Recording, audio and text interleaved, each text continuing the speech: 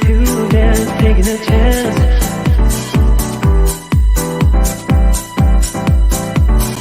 Telling me to dance, taking a chance.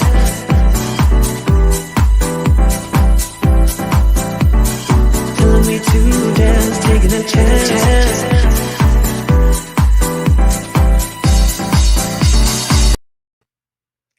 Well, hello, hello, hello.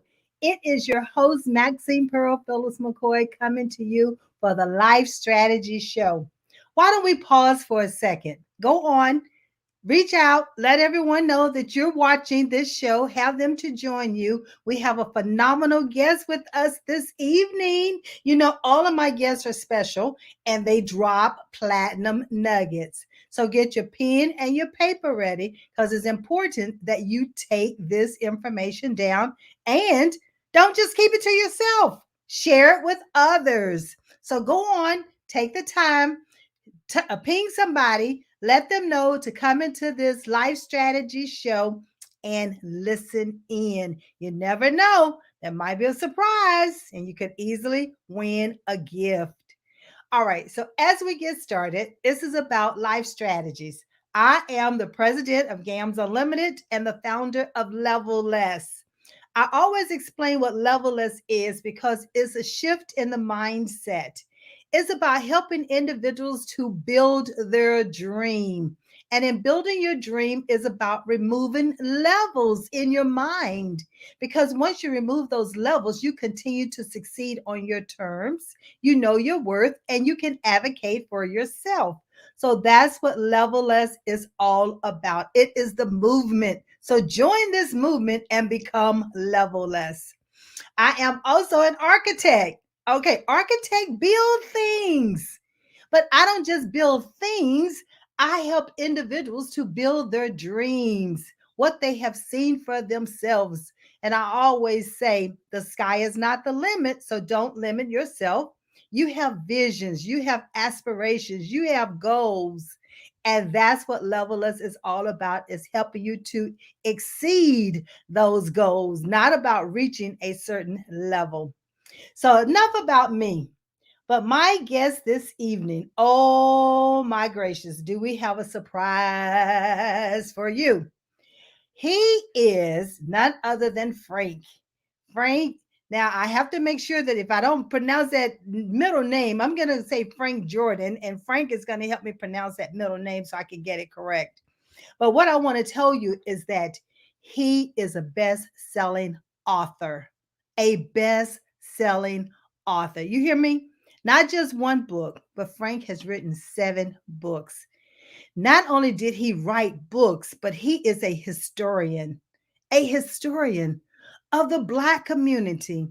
You know, he's a historian when it comes to the brown community. He has done so much research. And ladies and gentlemen, let me tell you, I cannot wait to hear the strategies that he has put in place for himself to help him get to where he is today. So let's bring Frank up right now. Let's give him a round of applause, everyone. Hello, hello, hello. Hey, Maxine, how are you feeling? How's everything going? Everything is going good. You can see, Frank, I can get pretty excited, so I have Right. to like tone it down a little bit because I can get way out there because it's so exciting when I bring my special guest on. And it's all about sharing the strategies that you have put in place because let's face it, COVID put a damper on a lot of people in their mindset. People start thinking that they're not going to be able to move forward because of all the hold up and the things that were stopped, during COVID. But I tell you, Frank, you and along with the guests that I have brought on, you are giving people hope. You're Yep. helping people to understand that they can move forward. They just Right. have to continue to put that strategy in place and to continue working towards it. So let's talk a little bit about you. I know you from Brooklyn, New York. Hello, hello. Okay. New York is in the house. That's right. That's right. Good old Brooklyn. That's right. That's right. So tell us just a little bit more about you. Well, as everyone knows, I'm definitely a history buff. That's one thing.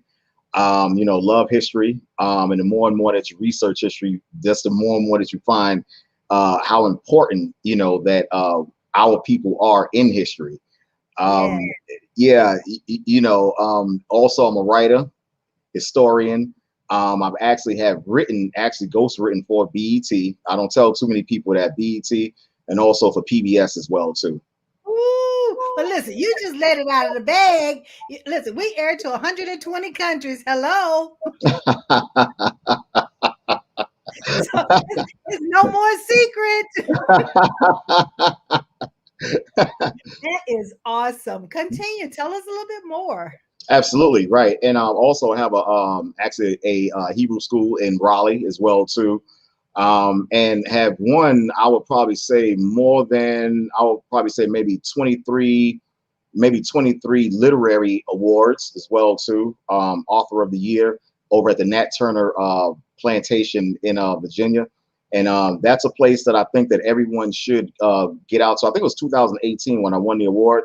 It's a fantastic place. The people that reside there and the host, Mr. Khalifa and his family, those guys are terrific. That's out there. They give you a rundown on Nat Turner. That's the area over there in Drury, Pennsylvania. Virginia, over there in the Emporia area. That's Okay. pretty much where Nat Turner, was at, and that's where he was actually killed at in that area. But they do a fantastic job.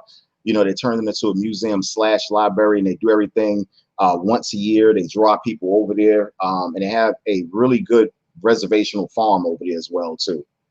Wow. So the Nat Turner Estate is what Yes, okay, excellent. We want to make sure that we get that. If we don't put it up while we're airing, then what we'll do is we'll make sure we list it on Facebook after the show, because you're right. I think it's important that it's an area or a location that people can visit right, and get to know more. And it's all about history and learning more about our history.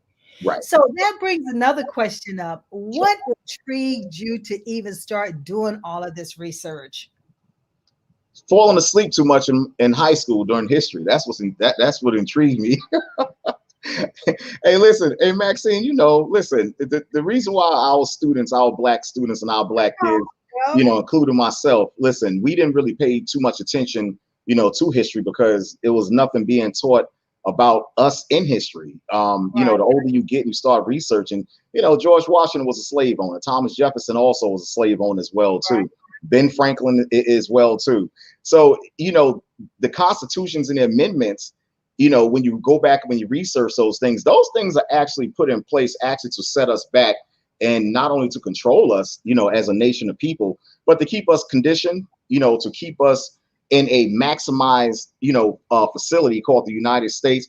The constitutions and the amendments is nothing more than the peace treaties that Andrew Jackson made with the North American Indians. He made over 375 peace treaties and broke every last single one of them. So Wow. I was intrigued more or less, at how fascinating our history was as I started to study, go to the libraries, visit a lot of places, museums, different nations and different countries. You find out that a lot of things that school teachers, which most school teachers aren't their fault, they do the best that they can because they're taught a curriculum that they have to teach, and I get that, and I totally understand that school teachers ought to be paid a salary far more than what they're paid today. But I do understand why they're being paid the salary that they're being paid today, because really, to be honest, they're being taught a certain curriculum that they have to expound on, and they have to teach our kids. And to be truth be told, Maxine, I'm still kind of insulted, that our kids go to school and still learn, about, the founding forefathers of our country. George Washington, he had our forefathers in slavery, right along with Thomas Jefferson. They had our forefathers in slavery, and that's still part of the United States school curriculum. I'm insulted. That's why I do what I do. So help me to understand, have you been able to take this information into the school system and share it with the school system? And if so, what has the outcome been? Yeah, absolutely. Absolutely. My books are actually in and sold in I would say probably maybe more than 46 different universities and 46 different schools, elementary, middle schools, and high schools throughout the United States. And it's very well received because, one thing you can't argue with, Maxine, is facts and truth. And historynomics has always That's right. been on our side as a people. One thing you can't argue with is the condition that we're facing today and still facing, in the conditions that we've always faced, the challenges, the struggles, the obstacles that we've always faced as a people. But you got to take it a step further. You got to ask yourself, why do these things always happen to us year after year? We're voting, we're marching, we're singing. Why does this stuff actually keeps happening to us years, century, decades, generation, after generation? Why does this stuff keep happening to us, and why isn't anything done about it? So when I come Right. and when I get invited to these different schools and these different institutions, I'm received greatly, and no opposition, pretty much no pushback. Everybody always have a lot of questions. A lot of teachers and professors always have millions of questions. Sometimes I get booked, or sometimes I get invited to universities, and I'm only there booked for like about maybe an hour, hour and a half. And normally 9 times out of 10, I'm there for like about 3 to 4 hours. I was going to say 1 hour would not do you justice at all. So you need at least a half day. Yeah, I agree with that. That is awesome, because you know what? It's just so much information, like you said, that has been omitted from the textbooks. And how are our, you know, youth or children going to receive it if someone has not done the research, someone who's not willing to come out and start sharing this information? And my heart is with with the high schoolers anyway, but Right. it all starts in elementary, not just high school. Because if we teach Right. the children while they're young, then they don't grow up like I did, believing that Columbus discovered America. And it's like, how could he discover America when he had to make a treaty with the Indians? They were Right. already here. you know Right. so how can you discover something that someone is already living? The Right. habitat, is already there. And so Right. I didn't question that as I was learning it in high school. I questioned it after I became an adult and had an opportunity to really think about it. Hello from Alabama. We have someone from Alabama's in the house. Hello, hello, hello. Glad Right. to have you. Right. Yes. Right. And one of the things, Maxine, that I've really found out is that our people are afraid to speak out on what they know is the truth. Mm, Not only are we afraid, but we're ashamed to be ourselves. We're learning, everything that's taught to us over here in the United States is traditionally a Europeanized learning area in what we do. This is all Europeanized, from what we do, from what we learn, from what we dress, from the pretty much everything. The ABCs, the English alphabet, everything is pretty much European influence over here in America. And our people, the hardest thing that our people, I learned, what they can't understand and they can't come to grips with, is be your natural self. Our people have become afraid to even speak out on certain issues that will benefit Black people. It's almost like a psychological strategic strategy that has worked. And it's almost like our people are still in visualizing a slave master opening with a whip and a noose ready to hang them if they speak out on certain things. And that was something that was strategically put in our minds, even when we came over here to America. And sadly, as it may sound, our people still have that stigma and they still have that spirit in them to some degree. Not all of our people, but right. most of them. Yeah, because sometimes when we're not careful, we think of that, that suppression, always being suppressed and not being able to be free and be ourselves. And, many times I would say, I am who I was born to be. I Right. am who I am, and that's all that I am.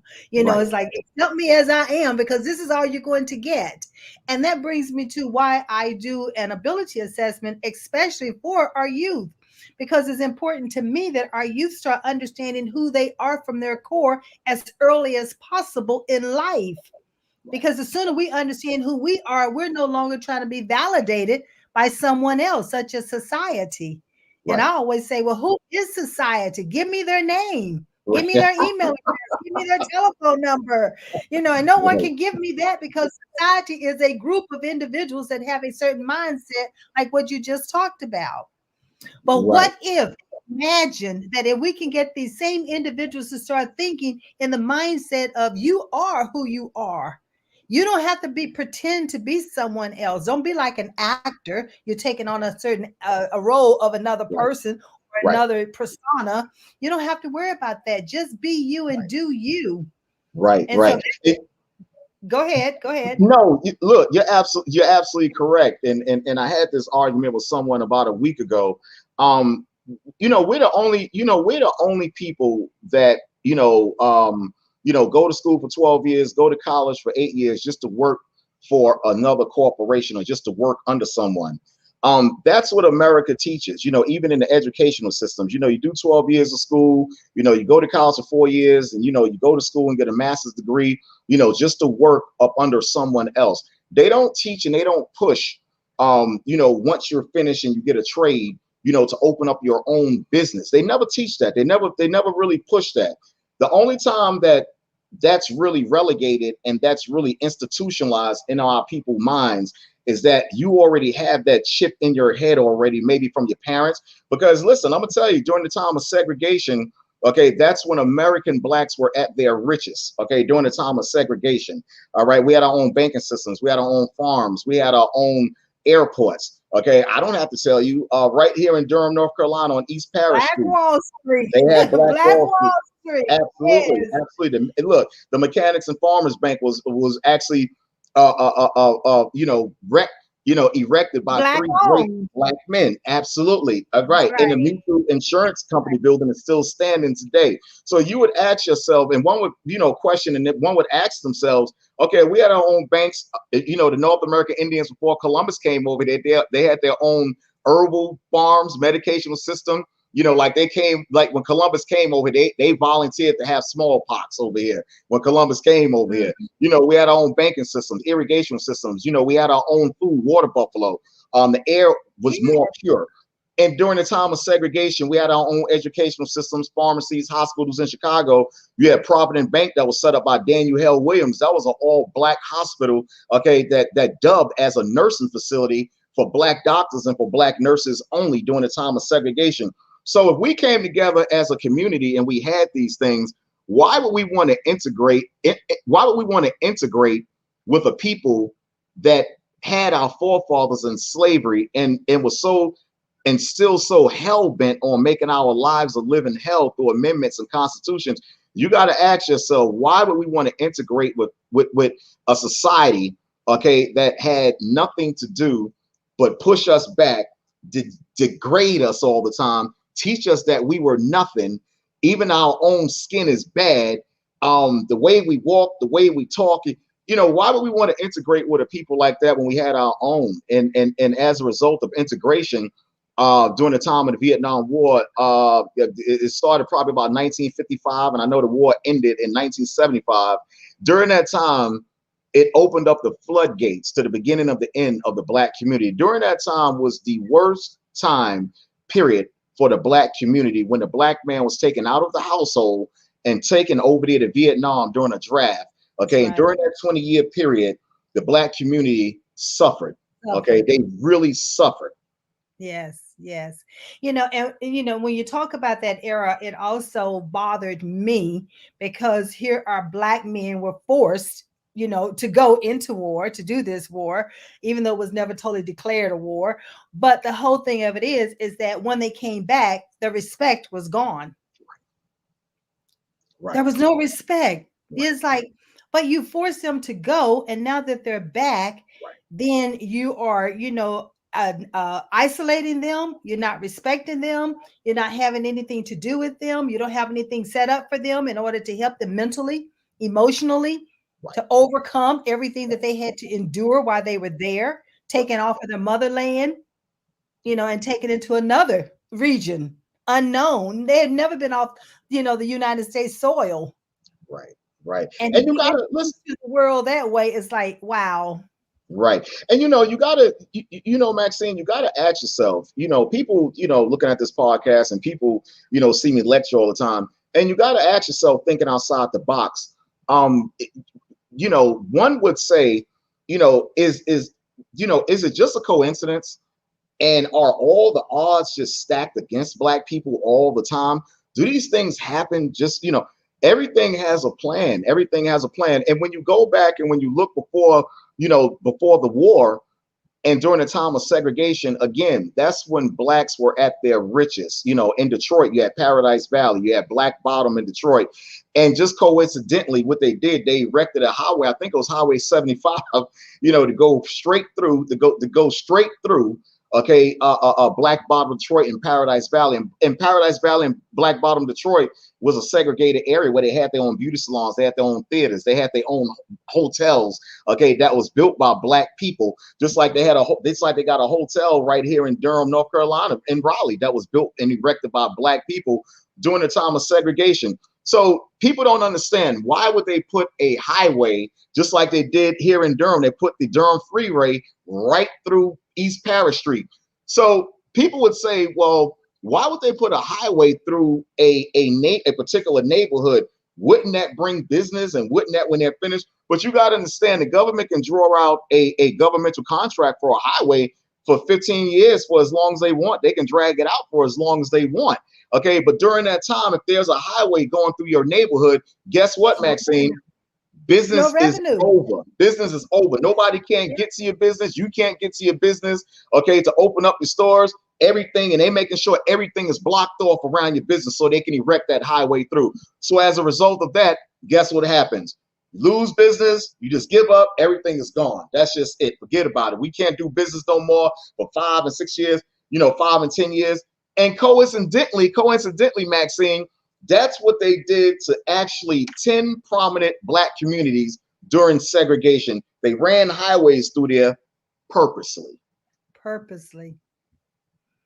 We talk about understanding your purpose, right, so that you can succeed in life. And now here you are sharing with us that a strategy by the government was purposely designed in order to take business out of that community so that the suppression can continue. Right.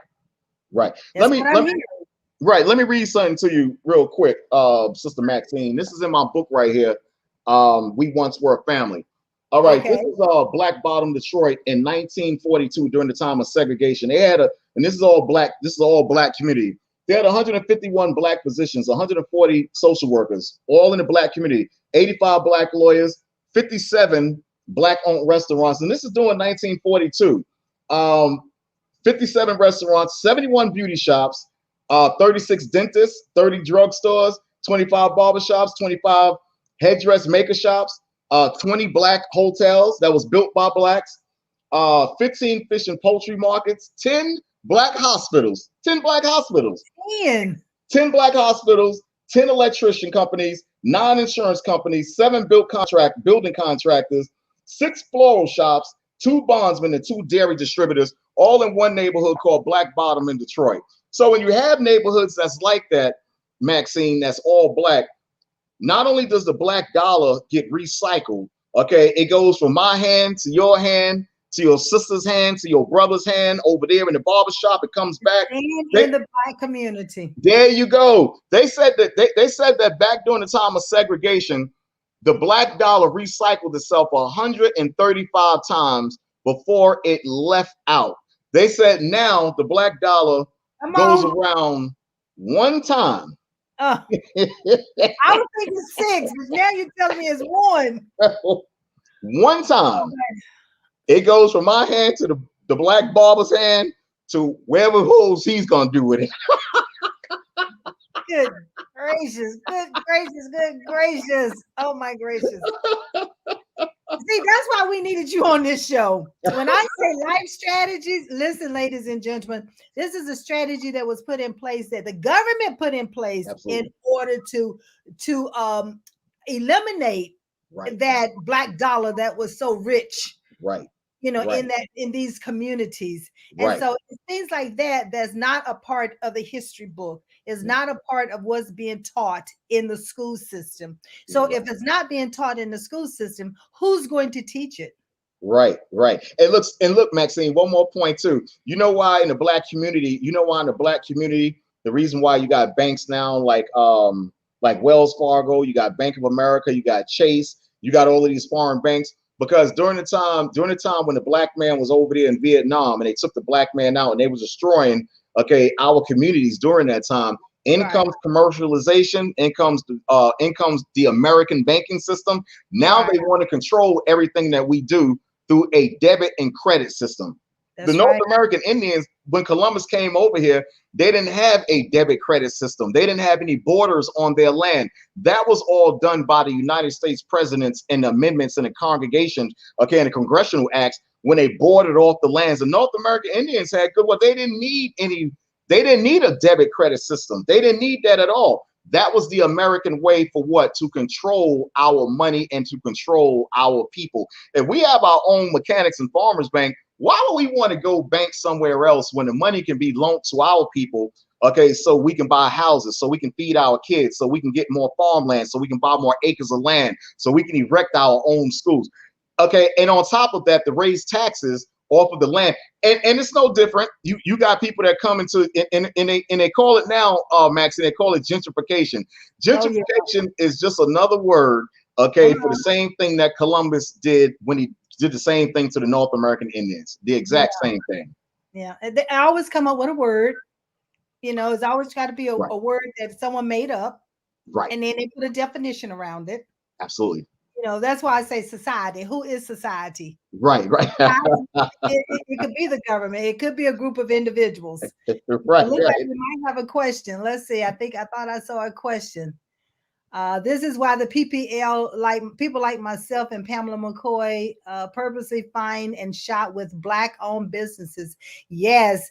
And, you know, we talk about keeping that Black dollar within the community. Right. You know, many times, I mean, I am one, just like, you know, Ms. McCoy is talking here. I believe in trying to circulate the money in the Black community as well. But then it's not reciprocated. Right. I circulate it. Right. But I don't get that coming back to me. Right. It goes out of my hand, but it doesn't return to me through someone else who's Black. Right. You know why? I was going to say, help me to understand what's going on with that. Right. You know why, Maxine, is because America has taught us, they've done a hell of a job on us hating one another.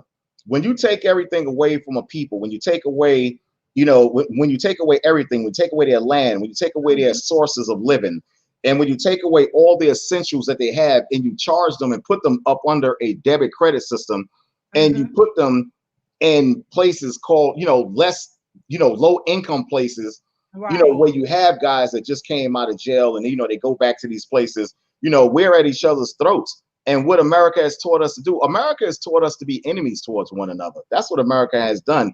They have taught us to hate one another and be an enemy towards one another by putting us in confined areas, you know, where your mind really can't think, and you really can't think in a confined area where you have, you know, someone upstairs may be a child molester, the guy next door may be a drug dealer, the guy downstairs, you know, may have did 25 years, you know, a murder charge.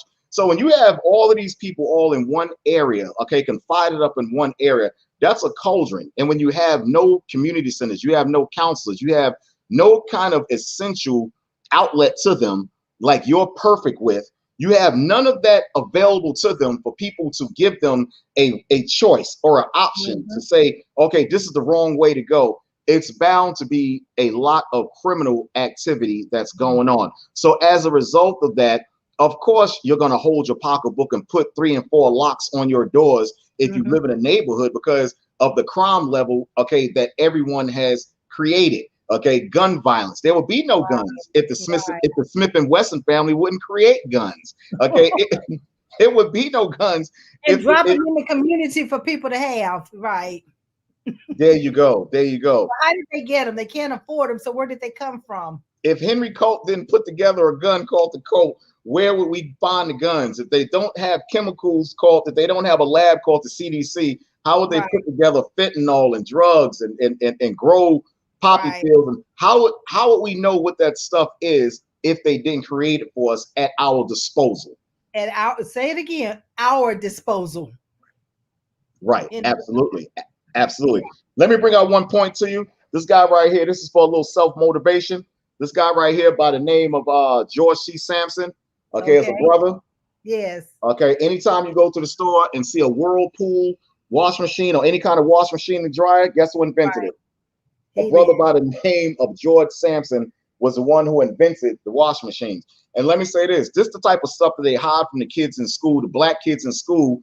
Okay, they only show you things like Martin Luther King marching, okay, marching in almost sort of like in a begging way to beg America to like us, but they never show stuff like this at all to give your kids some kind of motivation and to give them some kind of hope and to say, wow, that was a black brother that was someone that looked just like me that do that. If he did it, I know I can do it. Do it. Yeah, that brings me to the never will forget when my daughter was in elementary school and I was a part of the PTA. And they asked me, because I was the only African American on the PTA committee at that point. They asked me, so what do they think we should do for Black History Month, right? And I said, well, I don't think it should just be for a Black History Month. I think it should be Black History, period. Right. And so they said, well, what would you suggest? So I pulled together a committee, and it was a diverse committee. Good. And it was a diverse committee in the community, not just in that school. Right. And we did Africa and African Americans, and we brought in a lot of the different inventions that were invented by African Americans, but they were enhanced by other, the Caucasians. They were enhanced by the Caucasians. Right. So therefore, it sort of like took away from who actually invented it, because somebody else may have improved upon it, but they didn't invent it. Like the stoplight, for instance, was invented by an African American. I mean, not too many kids know that. Right. So what we did was we brought in all these inventions that were invented by African Americans so that the kids could actually see them, touch them, feel them, interact with them, so that they can see for themselves that, yes, this is an invention that you can come up with things. You have ideas, you have creativity, you're innovative. Right. And so that brought me to, that just took you took me down memory lane right then when you said that. So yeah, but it's so critical that our young people and everybody understands that African Americans are and have always been powerhouses. We've always had to make do and create from what we were given. We weren't given the cream of the crop. Right. And because we were not given the cream of the crop, we made it the cream of the crop because of, I would say, our own innate abilities, our natural abilities that we were given, and the innovation that we had already within us. Absolutely. And so, Frank, that makes me start thinking and makes me even more proud of the work that I do by helping our young people understand this is who you are. You all are already creative. Right. Yes, we do have to go through the core subjects in the school. Don't get me wrong, but you have innate abilities that you were already born with. Let's find out how best you can use those to become who you were created to be. Right. That's right. That's right. That's right. And look, let me drop something else on you. There's a place that there's a beach area in Martha's Vineyard. Before Martha's Vineyard became Martha's Vineyard, it was a black owned beach land called Oaks Bluff. And later on it became Martha's Vineyard.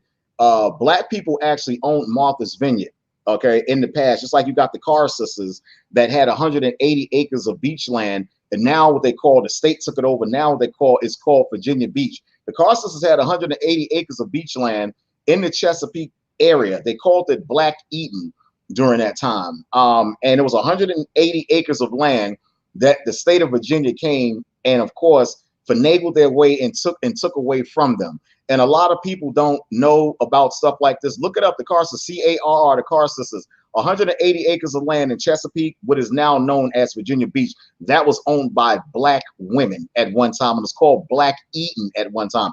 Bruce Beach in California, which everybody's coming to find out. I've been teaching about Bruce Beach for the past 20 years, and it was called Manhattan Beach as well too. That was another black owned beach that was owned in California. Now they just given, I think, the great grandkids of the black people who owned it, they're actually giving them some kind of reparation behind that. Yes, so, that was on the news. Yes, right. You had another beach in Maryland. It's called Highland Beach in Maryland. That was another black-owned resort as well too. Now it belongs to the state of Maryland. But one of the biggest ones, like I said, was Martha's Vineyard and Virginia Beach, which was called Black Eaton. And a lot of people, when they go to Virginia Beach, they have no idea that whole land area was owned by Black women at one point in time. Already owned by Blacks. And That- then we're trying to pay our way to get there and live and be a guest on this right, beach. right. Martha's Vineyard, is known for, greatness. Everybody's trying to get there. Everybody want to be a part of it. Everybody want to advertise that they're at Martha's Vineyard, not realizing that it was land that was taken from the Blacks. Now they're Right. allowed Blacks to come back in and Right. be a part of it. Right. Now they got to look, and I got another one for you too. They got a place in Long Island, New York, called Reese Beach. That was called Sag Harbor, Long Island at one time. That was owned by Blacks as well too.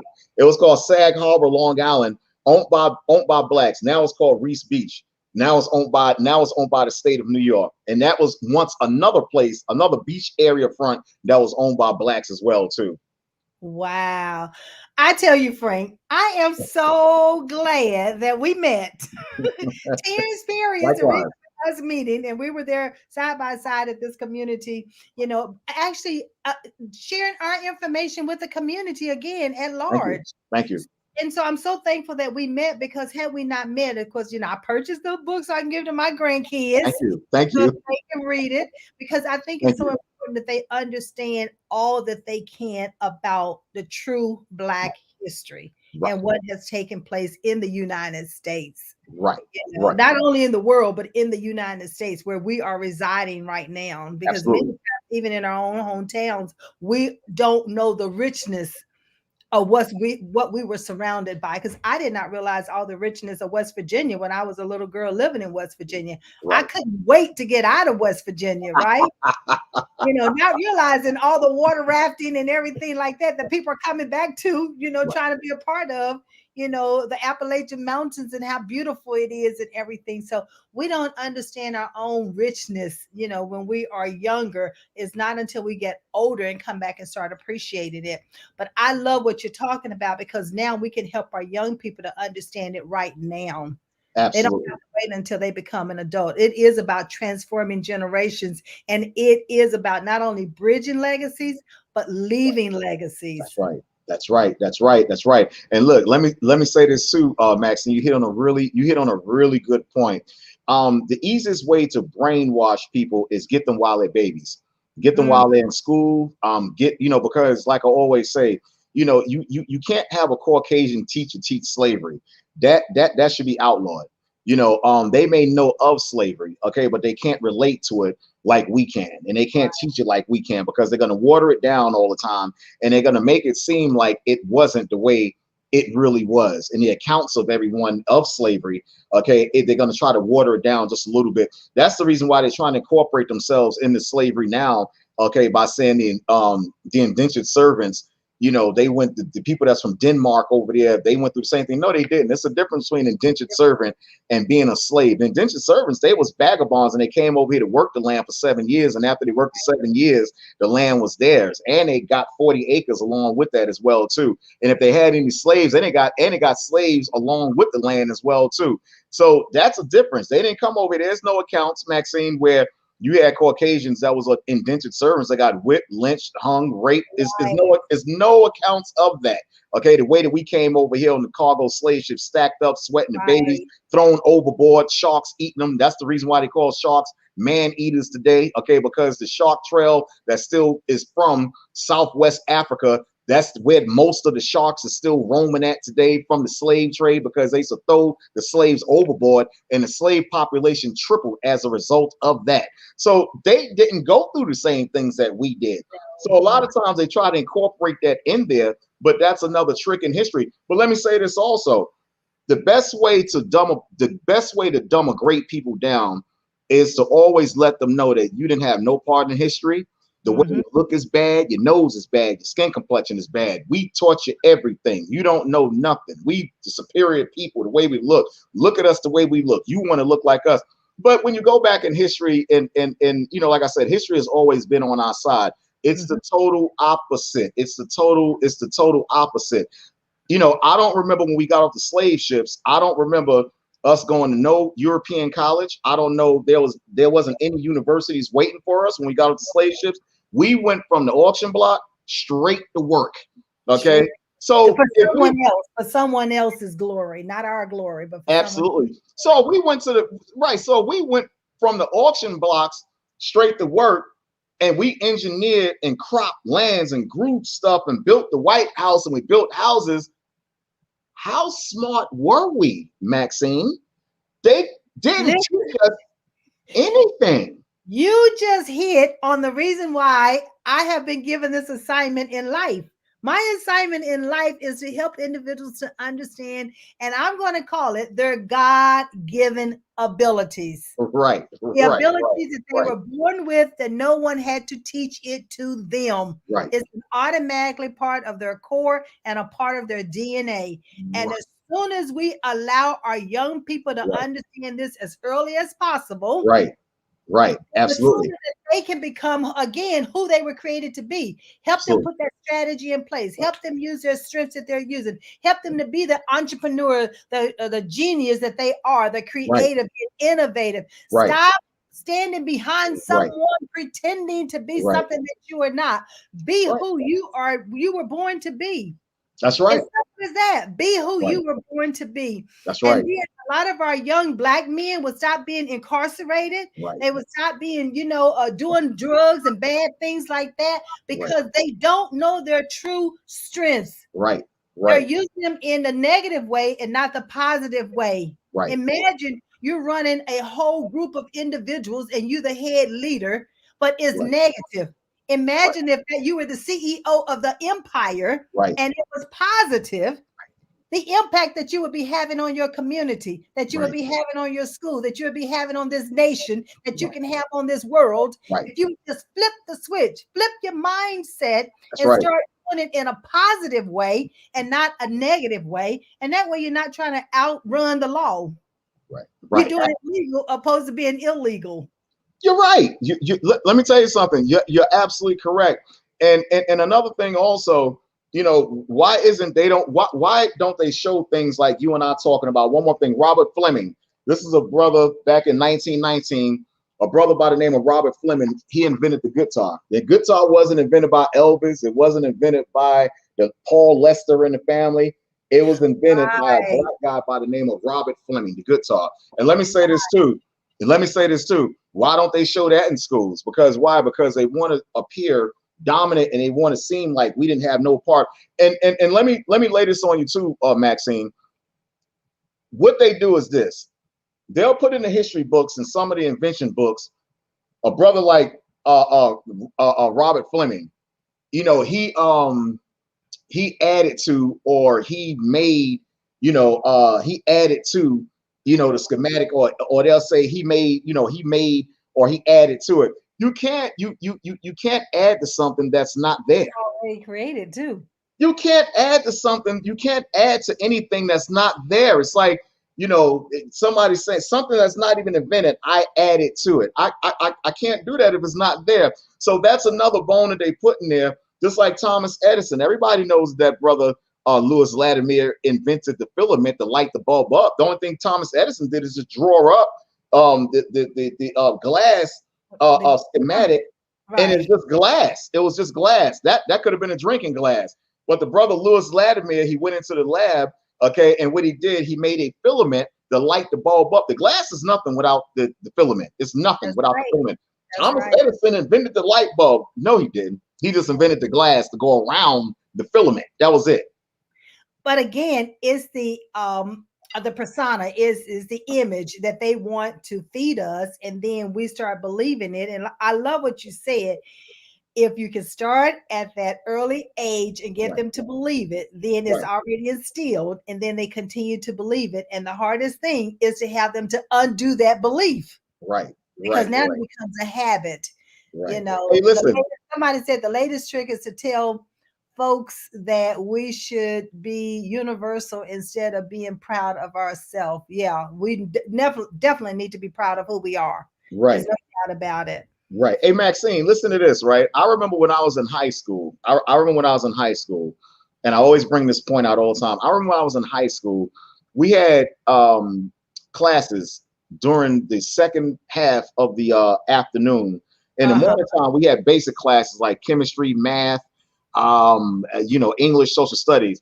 We had basic classes, but that was broken down. The last maybe 3 or 4 hours of the day, we had classes called shop classes, where they actually taught us a trade in high school. Yes. They actually taught us a trade in high school, whether it was wood shop. I took up electronics and engineering. Whether it was girls going to school for cosmetology. I was fortunate enough to be raised in Brooklyn, where wherever you wanted to do, they had a school called automotive high school, where if you wanted to become a mechanic, you go to school, high school for 4 years. So what these guys were doing across the board, even here in the South, they was going to high school, coming out of high school with a trade, opening up their own businesses. Yes. But enter in, the later part, 1990, and they was like, say, hey, listen, we got to inject community college within this system right here, and we got to take away the trade within the school systems, okay? Because now we're going to make them pay for it. Because you had men that was coming straight from high school. I know, because I used to come down here to North Carolina and visit my cousins all the time, and they used to fix lawnmowers. They was fixing cars at the age of 15 and 16 years old, and I know this for a fact. So that's a trade right there that probably they learned from their dad or probably learned from school, that they said, okay, we got to enter in and we got to promote community college where we have to make them pay for this trade. And we're going to take out the shop classes and we're going to replace it with community college. So now what they're doing now, they're making you pay for it. Kids used to come straight out of high school and have jobs. Kids come to open up their own business, You notice they don't have that no more? Nope. I mean, I'm just sitting here thinking as a high schooler in West Virginia and seeing all of my male classmates being bused, and we call about a 30-mile distance in order to learn a trade. Right. To learn the trade. And then here my father only went to the third grade, grade, because he had to drop out of school to help his family on the tobacco farm. Right. But he was a mechanic. He was an electrician. He was a carpenter. And he only went to the third grade. Why? Because he already had those abilities inside of him when he was born, and he was a visual learner. So he taught himself by looking at the pictures in the book. Right. Hello. I mean, you're right. The trade still needs to be there. So that's one of the reasons why when I do this assessment with these young people, it helps them to understand if you're going to go into the trade, what's going to be the best trade that that matches who you are, that matches your strengths. Right. If you're going to go for a college degree, there's nothing wrong with that. But what degree plan are you going to go for? It needs to be something that you're passionate about, and not say you hope you're going to get a job, or you hope you're going to get some money, or you hope to become rich. Well, what is rich? Because you have to define what success is for you. It's not what someone else defines it for you. Absolutely. Absolutely. You're absolutely correct about that. I'm bringing out another point. Annie T. Malone is a Black woman. Okay, that Madam C.J. Walker learned from. Come on. Annie T. Malone taught Madam C.J. Walker everything that she knew. Okay, Annie T. Malone, in St. Louis, opened up a beauty university called Coral College. This lady, she invented this school. She had it erected, by Black people for Black beauticians. It was a beautician college called Coral College. Okay, that's in St. Louis. This is stuff they don't teach you in school.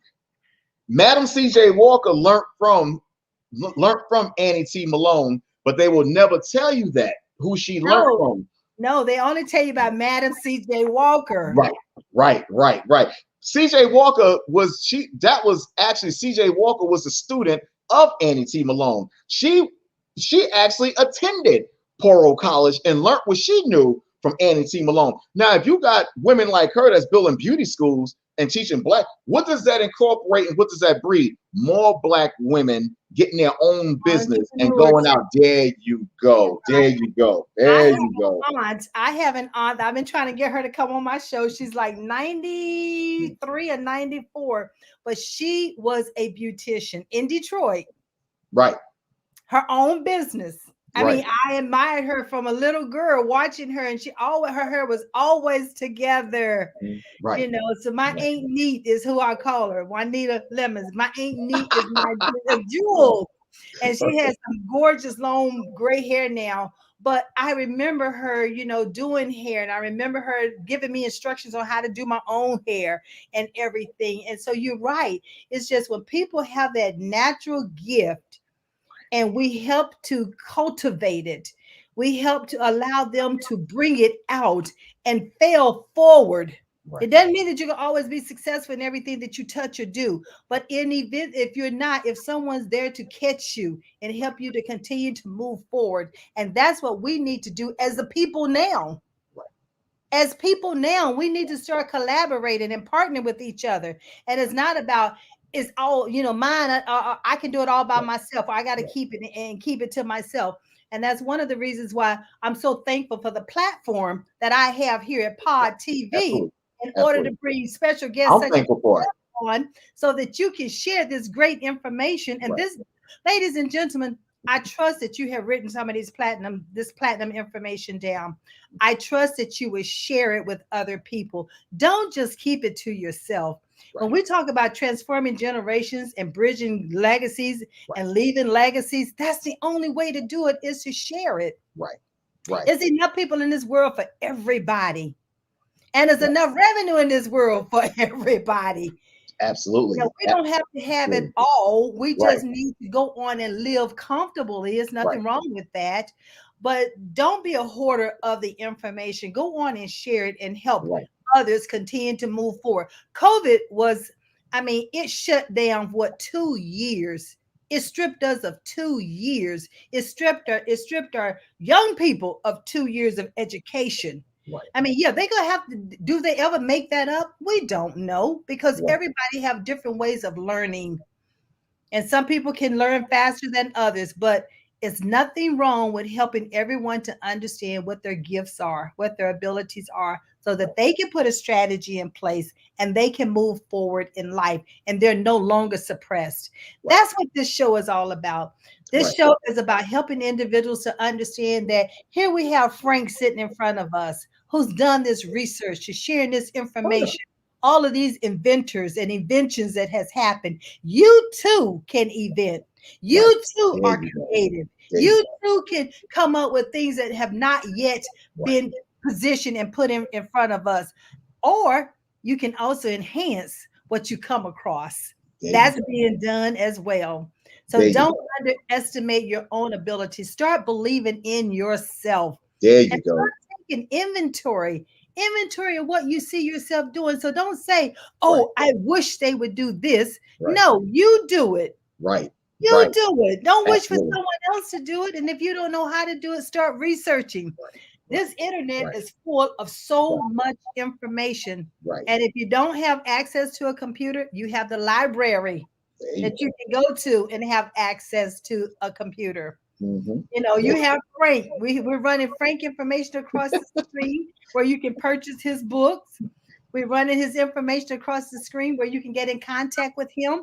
He is available to come to your school. He's available to come to your church. He's available for a conference. He's available as a guest speaker so that he can share this information. And then there I am. I'm also available to come and do the same. But on my side, I'm talking about understanding your innate abilities, understanding the strengths that you were born with, and how do you identify them. But there's an assessment that we do to help you, not only the youth, but also adults and leaders. Hello, leaders. You need to understand how you influence other people. And you don't have to have a title to be considered a leader. So put that myth to rest right now. You're right. You're absolutely correct. And look, let me say this. Speaking of leaders, let me hit you with this right here, Maxine.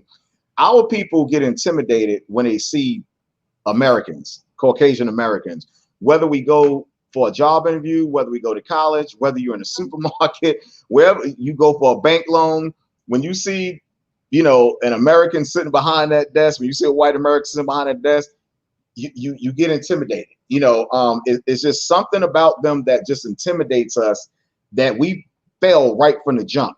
Because why? Because they are the ones that instilled in us, self-hate will never be nothing. Why you're here, you can't go to certain restaurants, you don't belong in this part of town, you're not good enough to date our kids, we'll never accept you. And this is what they instilled in our minds. Okay.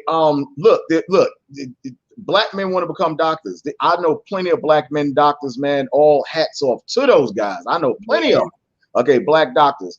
Okay, they'll show you on TV, even on soap operas. I would say probably nine and a half. Are there any black doctors shown on soap operas? Are there any black doctors? Not too often, right? Not too often.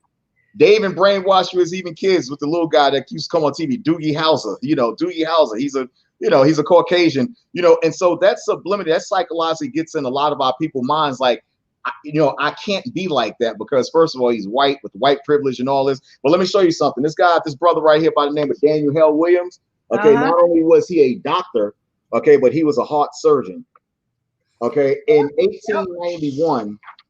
Dr. Daniel Hell Williams erected a hospital in Chicago called the Providence Hospital that only serviced blacks, and it doubled as a school for doctors and nurses as well too, for Providence Hospital. I remember Providence. I lived in Chicago for 9 years. There you go. Right. And it doubled as a training center for black nurses and black doctors as well too. Let me say this. Don't be afraid. Listen, don't be afraid to get your own doctor practice and do the same thing. It doesn't really take much. It really doesn't take much. Don't work for the hospital. Build your own hospital. Build your own people. Yep. That's why I used to say, don't wait to be invited to the table. Invite yourself to the table. But when you do, know what you're going to say. There you go. Stand up, stand out, and be proud of what it is that you have to offer. Know your value. Know your worth. And one of the things that Mark, which is a producer here on the TV Pod TV, he talked about his grandmother founded the Black Library in Raleigh and attended Columbia University. Like back in the 1940s. Man. Yeah. So yes, I agree with that. So so that's why us talking about this is why I say join the conversation. So if you have someone that in your family or know of someone who's done some of this information, share it with us. If you don't share it right here, put it in the chat and we'll make sure that we post it on the website. Right. So we've got several people. Sylvester Williams is talking about he remembered it was intentional that guys went to school that attended the vocational classes. Yes. And I remember as a high schooler, I took home economics. Right. With the 7th and 8th grade, it was required. The 9th and my 11th grade, I chose to take it because I wanted to know how to make my own clothes. I was from a family of 12. And so that meant that my mother and father couldn't afford to buy me clothes. If I knew how to make my clothes, I would still have new clothes. And I went on and became a master tailor. So I have a trade and I have the degrees. And then I have the certification. Now I have the business. So you have to start. But I've always had that little curious mind. I've always wanted to get out there and explore the world and see what else was to it. Right. And Maxine, how is it that some of the best like you said, homemakers, sewers, black women that can read patterns and implant it in a mind, sewing machine, needle and thread, knitting. Some of the best knitters in this world are black people. They got it from the North American Indians. How is it that now we go to stores like Macy's and Belk's and we go Saks Fifth Avenue, we go to the malls and buy clothes? They do what they always do. They incorporate our genius. They buy and they supplant and they steal our inventions, and they incorporate our genius. Like you said, you was a sewer. The first time I ever ate French toast, my sister made some French toast in the 7th grade and she learned from school. I didn't know what French toast was. I lived in Brooklyn. Hell, I know what French toast. But she made some French toast. I said, how did you learn how to make this? She said in school, in home ec class. I said, what? Yeah. And I made quilts. I've made quilts. I made dresses. I made men's clothing. I've made bedspreads. I made, So once you learn how to sew, then your imagination carries. It carries. Go. And I was doing sewing for bands in Chicago. Then I was doing tailoring, for other people. But it came down to the people don't want to pay for the labor. Right. It costs to have these tailor-made clothing. So I know we're wrapping up, and I have to have you back so we can continue this conversation. Anytime. Look, one more point. There's a hospital on Fayetteville Avenue that was erected by blacks called Lincoln Hospital. That was on Okay. Fayetteville Street. It was an all-black hospital.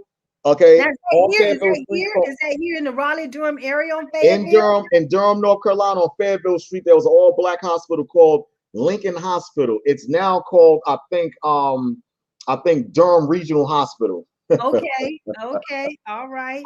Well, this concludes it, ladies and gentlemen. As you can see, this conversation can continue, but we know that we're out of time. And Frank, I am so honored to have you here this evening. Thanks for having me, Maxine. I appreciate you more than you know. Thank you.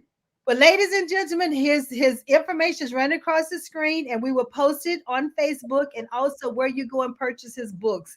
Definitely support this Black author, historian, award-winning, everything. So thank you again, Frank. So we're going to make sure that gets out there. Hey, time is up.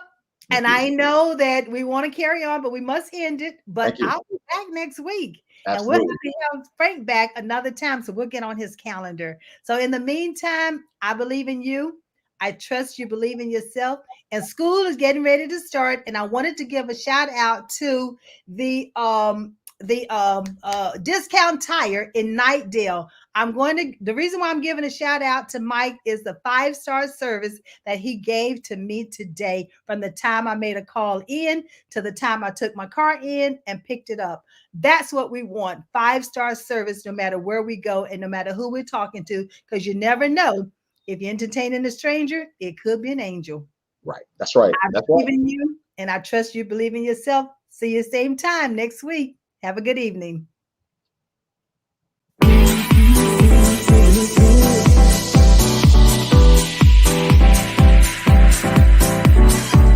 me to dance, taking a chance.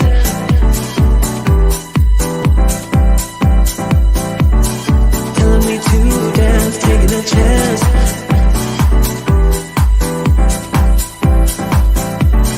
Telling me to dance, taking a chance.